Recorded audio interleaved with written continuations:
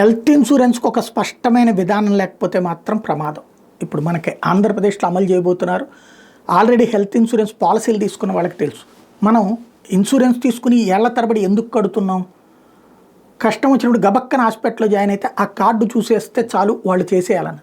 కానీ ఆ కార్డు చూసిన డాక్టర్లు దాని ప్రకారం అయితే మీకు 10 రూపాయల వైద్యమే అందుతుంది, దాంతో మీరు బతుకుతారో లేదో తెలియదు, మీ రోగం తగ్గుతుందో లేదో తెలియదు, ఇంకో 10 రూపాయలు కట్టాల్సిందే అంటున్నారు. ఇది ఎక్కడ దుర్మార్గం?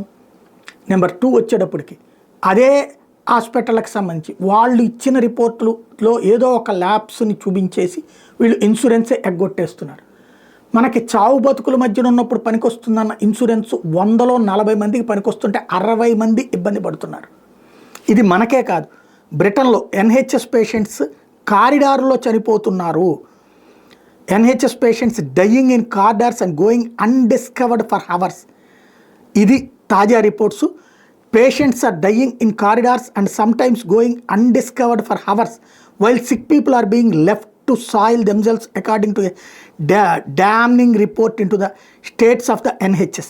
The Royal College of Nursing RCN published new findings into what is going on in England's hospitals as staff try to manage the number of people needing care. ఇది టోటల్గా తేలింది ఏంటి అంటే, మనం డబ్బులు కట్టేసాం కదా బ్రతుకుతాం కదా అనుకుంటే ఆ ఇన్సూరెన్స్ కంపెనీలతో వాళ్ళది క్లియర్ కాకన కారిడార్లోనే, అంటే ఆ క్లియరెన్స్ అయితేనే చేర్చుకుంటారు.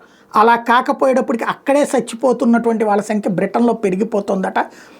ఇన్సూరెన్స్ కంపెనీల మోసాలు అన్నటువంటిది బ్రిటన్ పౌరుల యొక్క ప్రాణాలతో చెలగాటం అన్నటువంటి విషయాన్ని లెక్కదేల్చారు.